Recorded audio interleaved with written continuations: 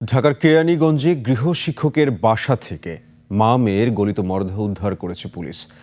গ্রেফতার করা হয়েছে শিক্ষক মিম ও তার বোন নূরজাহানকে। পুলিশ বলছে ঋণের গ্যারান্টার হওয়ার কারণেই জীবন গেল মা মেয়ের।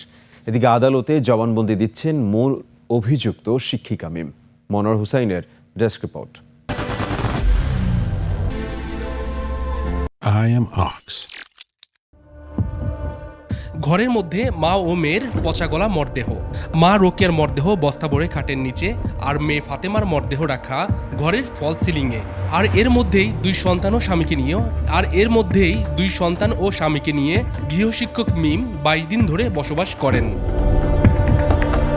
দুর্গন্ধ ছড়িয়ে পড়লে এলাকার মানুষ পুলিশকে খবর দেয়। তারপর মিম ও হুমায়ুন দম্পতি সহ তাদের দুই সন্তানকে জিজ্ঞাসাবাদের জন্য কেরানীগঞ্জ মডেল থানায় নিয়ে আসে পুলিশ।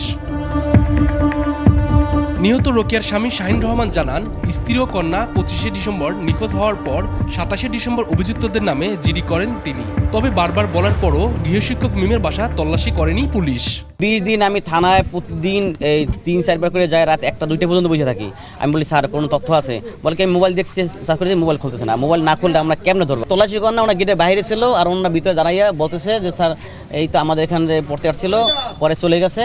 পুলিশ জানায়, নিহত রোকেয়া 3টি এনজিও থেকে 1,50,000 টাকা তুলে গৃহশিক্ষিকা মিমকে দিয়েছিলেন। টাকা ফেরত চাওয়ায় মিম ও তার বোন নূরজাহান মিলে রোকেয়া ও তার মেয়ে ফাতেমাকে শ্বাসরোধ করে হত্যা করে। মিমকে 3টা এনজিও থেকে 1.5 লাখ টাকা তুলে দেয়। এনজিওর টাকা সে প্রপারলি দিতে পারছিল না, এটা নিয়ে তাদের মধ্যে সম্পর্কের অবনতি ঘটে।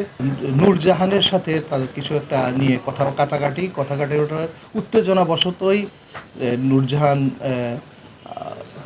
ফাতেমাকে এই চাপ মানে গলায় চাপ দিয়ে হত্যা করে। তার মাকে তার বোন ফোন দিয়ে জানায়, মিম ফোন দিয়ে জানায় যে আপনার মেয়ে অসুস্থ, এসে নিয়ে যান। মা তড়িঘড়ি করে মেয়েকে নিতে বাসায় আসে। বাসায় এসে ঘরে ঢুকে মেয়ের কী হয়েছে এর মধ্যে ও পিছন থেকে তাকে গলায় ওড়না পেঁচাইয়া ধরে একজন, আরেকজন তাকে ধাক্কা দিয়ে ফেলে দেয়। দুজনে পরে গলায় ওড়না পেঁচাইয়া হত্যা করে। কেরানীগঞ্জ মডেল থানার ভারপ্রাপ্ত কর্মকর্তা এম সাইফুল আলম জানান, এ ঘটনায় মিম ও তার বোন নূরজাহানকে আদালতে পাঠানো হয়েছে। Monowar Hussain, desk report, 21 television.